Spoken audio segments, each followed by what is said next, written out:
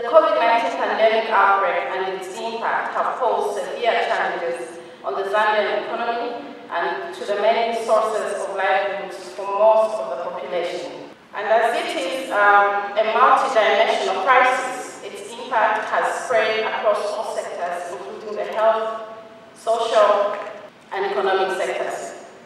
It has weakened economic activities at global, national, and household levels, and these impacts of lockdowns and restrictions extend to markets, tourism, commodity prices, and supply chains. So we have seen most of our women suffer a setback in their trades, especially those marketeers and everyday traders beyond the streets. So in Zambia, 97% of businesses are SMEs, small to medium enterprises. So these alone contribute to about 70% of GDP through small-scale mining, agriculture, of course, and manufacturing. So we can tell from this that they are the major employer in these sectors as SMEs, and due to the pandemic, production and operation activities for most SMEs has been adversely affected. Now, coming to the impact of COVID-19 on women. Women are more vulnerable, if we have to speak in that light, to disproportionate economic, health, and social risks posed by the COVID-19 pandemic. And the pandemic itself has worsened existing gender inequalities in households and communities. The pandemic and its impact determine what roles women have to play during the pandemic itself. So we have seen that there's been a high record of GBV cases in households since March 2020 when we recorded the first cases. Another thing is that women are providing care as health workers and as health givers in households, and this is also at community levels.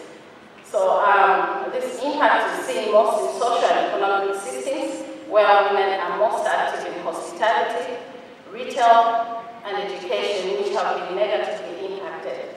So there's been incidents of GBV that has increased by 20% according to our study as CMRC in the period between 2019, like I said earlier, to 2020 and 2021 now. And this presents pressure on tertiary level hospitals because there are a lot of people that keep going to the hospitals now. And care and support to GBV survivors and treatment of the COVID-19 pandemic itself. So poverty is likely to worsen due to these facts. And if women's attention is diverted to children because of taking care of children at home, and also with persons living with disabilities, as we know that the women themselves are the caregivers, this gets the attention from them being the traders that they ought to be and entrepreneurial masters. Coming to the impact of COVID-19 on SMEs. So statistics are beginning to show that 3 in every 4 companies have terminated employment of 1 to 5 employees. And this cuts across from domestic in homes, going to large companies as well. Salary reductions have been recorded and layoffs have also been recorded. Declines in revenue for micro and small enterprises have also been recorded. There's a shortage of liquidity, and this is evident, and also the purchase of raw materials and supplies has been reduced by 40% in nearly these challenging 1.5 years. There's also been a loss of customer entity due to restricted movements and business hours for some enterprises. There's been reduced demand for some goods and services, which has a knock-on effect on the ability to sustain household needs. As we know, some border areas have closed. We know that the bridge between South Africa and Zimbabwe has closed. We also know that other vital border posts that encourage trade between Zambia and neighboring countries have also been immensely affected due to the reduction of business activities. So this also has a direct effect and impact on women's trading activities, or if I can call it entrepreneurial activities. Now, coming to the challenges of COVID-19 on women-led enterprises. Women entrepreneurs are facing large setbacks due to the COVID-19 itself, and globally, we are noting that women-owned SMEs are about 6 points more likely to close their business than male-owned businesses, and this is also obtaining in our country. So recently, Policy Monitoring and Research Center held interactions with SMEs, and this was in August 2020 and also in the end of September 2020, where we partnered and collaborated with the Ministry of Commerce, Trade and Industry and also other stakeholders such as ZAKI to get first-hand information from the Zambia Association of Small-Scale Entrepreneurs and other stakeholders. And in this, we got quite a number of measures taken to rebound. And one of the examples is that we had engaged a local entrepreneur, and this was the Meraki Cakes owner. And she went into manufacture of cake mixes due to closure of cake bar. So we had also collected some silver lining perspectives where actually women can do more in terms of expanding their businesses in these challenging times of COVID-19.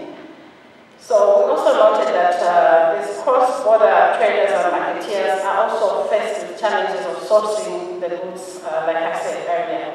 An online business survey, which was done by Impact Capital Africa, reported that 46% of businesses reported closure, 2% reported permanent closure, and when compared between men and women entrepreneurs, 49% women entrepreneurs reported temporary suspension of business against 35% of men due to the very challenging pandemic.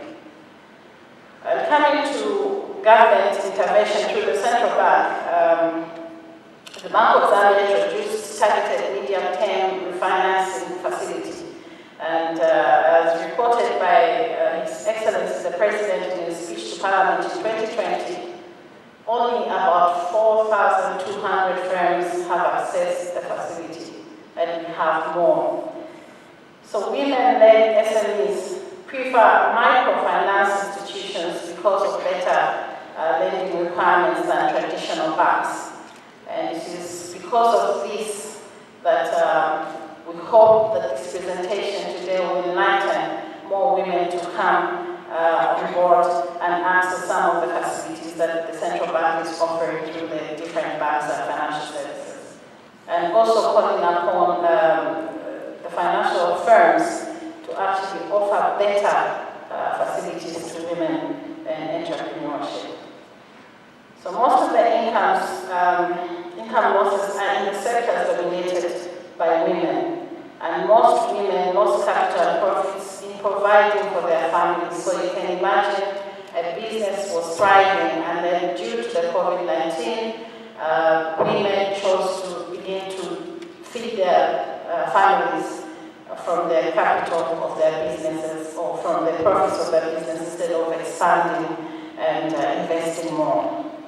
So it was due to this collaboration that PMRC undertook in 2020 with various stakeholders and different also government departments that we got to review some of the recommendations that we could endeavor to push to certain government departments, and especially as today, when Ministry of Gender and our Honourable Vice President is here to hear some of these recommendations that we gathered.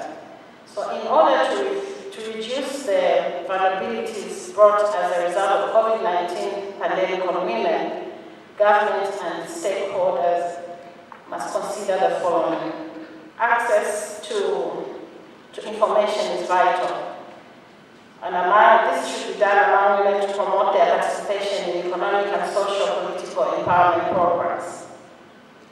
And Your Honor, we thought that simplifying documents such as the National Economic Recovery Program so that more women can identify with its benefits is also vital. So PMRC is also partnering in this endeavor to unpack some of these documents so that the lay person can understand the woman in the market. Also translating to different local languages so that we can take it to the grassroots around across the country in all provinces.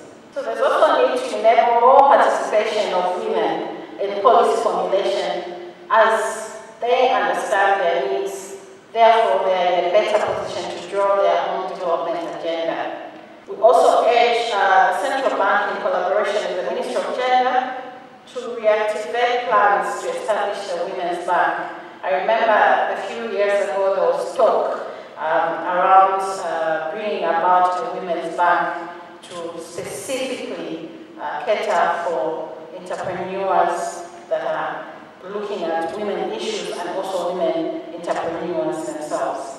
So we are also calling for an increase of access by women to resources by removing structural barriers that impede this access, especially in banks where there's credit facilities that have also been increased over time, and that these credit facilities can actually help these women enterprises. So we are also calling for strengthening of strategic partnerships with non-governmental organizations. We know that there's been these relationships between government and in the recent past, we have seen more and more non-governmental organizations coming on board to work with the Ministry of Gender and other line ministries, and also with the Vice President's office deliberate policies towards women.